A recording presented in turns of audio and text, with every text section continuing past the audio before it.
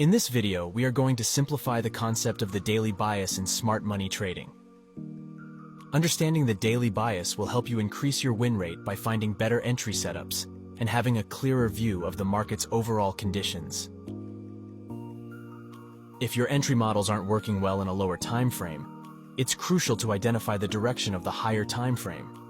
While daily bias may seem complex, this video aims to simplify it into an easily applicable strategy that anyone can use on the chart. Here's the list of topics we're going to cover in this video. Someone asked, "How good is this automated trading system you talked about? See for yourself."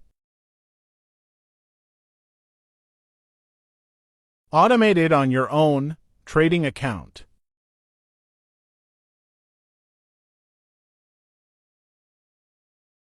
Join my Telegram channel to stay updated on the latest developments and updates on my content. Stay safe and be careful of scammers. So what is the daily bias in smart money concepts? As the name suggests, daily bias refers to the overall prediction of market direction and sentiment for the upcoming day. So basically, it's an analysis we conduct on higher time frames such as weekly, daily, and 4-hour charts to better understand market conditions that may not be visible on our entry time frame. Now, most of the daily bias strategies are overly complicated without clear guidance. That's why in this video, we aim to propose an easy step-by-step applicable approach. But first, why do we even need to determine the daily bias? And what is the psychology behind it? Reason number 1. Higher time frame levels are more important. A minor reaction to a higher time frame key level can be a significant trend change in the lower time frames. So before placing any trade, we should check how much room we have before tapping into a higher time frame supply or demand area. This will help us understand how to set our targets, stop losses, and avoid losing trades. Here, on the Euro-Dollar 1-hour chart, we can see a strong downtrend. However, when the price failed to establish a new lower low and rejected this level twice, the market reversed. Now, if we zoom out to the daily time frame, we can see that this area is considered a strong support area for the price. So despite the heavy bearish momentum on the 1-hour chart, we witnessed a temporary reversal.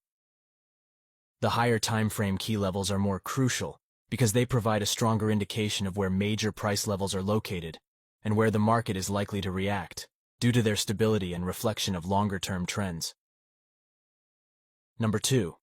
Increasing success rate. The best trading setups occur when the higher time frame and lower time frame are in alignment. Imagine, on the lower time frame, we observe a move with inefficiency breaking above the previous market structure. In this scenario, if the price manages to pull back to the order block zone, it would present a perfect opportunity to enter a long position, set our stop below the swing low, and target the next level of market structure ahead of the price. Now, what if the lower time frame analysis aligns with the higher time frame? Imagine if the lower time frame uptrend were part of a bullish movement on the higher time frame. This could constitute a perfect trade, as we have combined higher time frame levels and directional bias with a lower time frame entry setup. With all being said, the psychology behind the daily bias in smart money concepts is to track the behavior of institutional traders so that we can plan our entry setups aligned with this bias. Now that you understand the fundamentals, let me show you how to determine the daily bias using smart money concepts. We use 3 major concepts in identifying the daily bias: supply and demand levels, liquidity areas, and fair value gaps. We're going to use a combination of all the information to determine the next moves in the market. Supply and demand. Who is in control? Now, identifying which side is in control is really important in trading because it can help you avoid many unnecessary losses. How does the system work? It works based on simple mitigation principles. If the price mitigates a demand zone, the demand takes control. And if it mitigates a supply zone, the supply takes control. We always want to trade with the controlling side of the market. Let me show you how. Here we have a moving downtrend with a series of bearish, impulsive, and corrective movements. Every time the market makes a structural break, a supply zone automatically forms.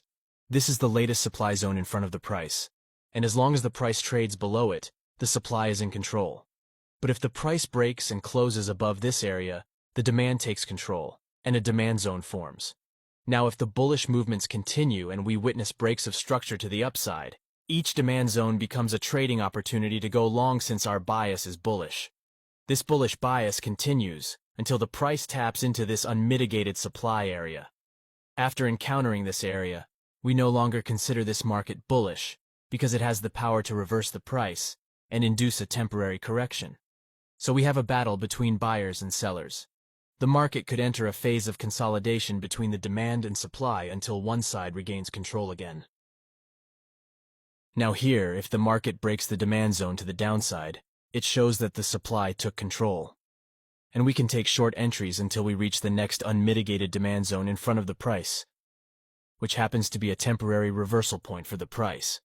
On the other hand, if the price breaks the supply area to the upside, it shows that the demand is in control, and we can take long entries with confidence until we reach the next unmitigated supply area. Now let's see an example on the candlestick chart for the who is in control topic.